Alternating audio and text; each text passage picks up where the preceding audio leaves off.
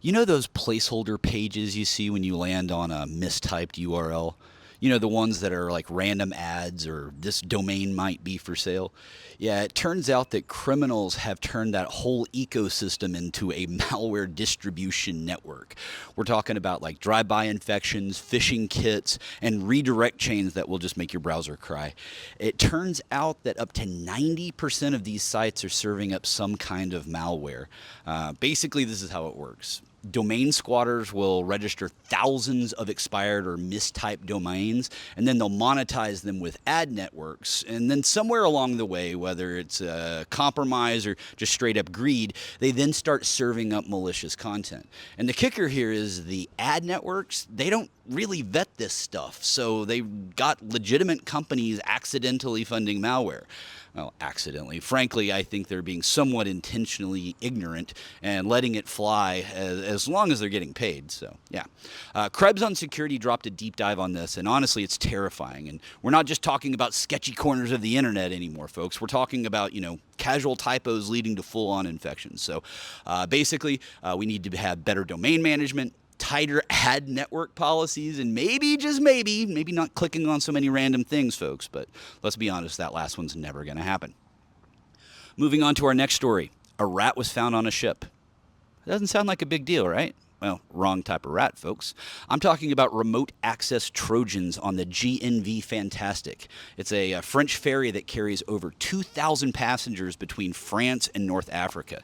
And this isn't your garden variety malware either. We're talking about malware that could theoretically allow someone to remotely control the ship. Yeah, steer it, hijack it, full-on pirate mode, except like the pirates are sitting in front of a laptop. We're calling this Grand Theft Maritime. Yeah, the investigation is being handled by France's domestic intelligence service, and basically the ship's been sealed, inspected, cleared, and it's now back at sea. GNV says they caught this early and neutralized the threat. And here's some cool stuff. The forensic analysts found that the malware got there via USB stick, which means somebody was on the inside. And shortly thereafter, French authorities arrested a Latvian crew member.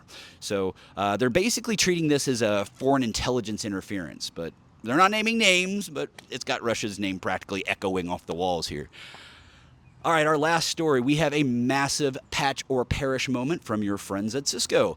We have CVE 20393. This is a CVSS 10.0 0 day, literally the top of the spicy scale.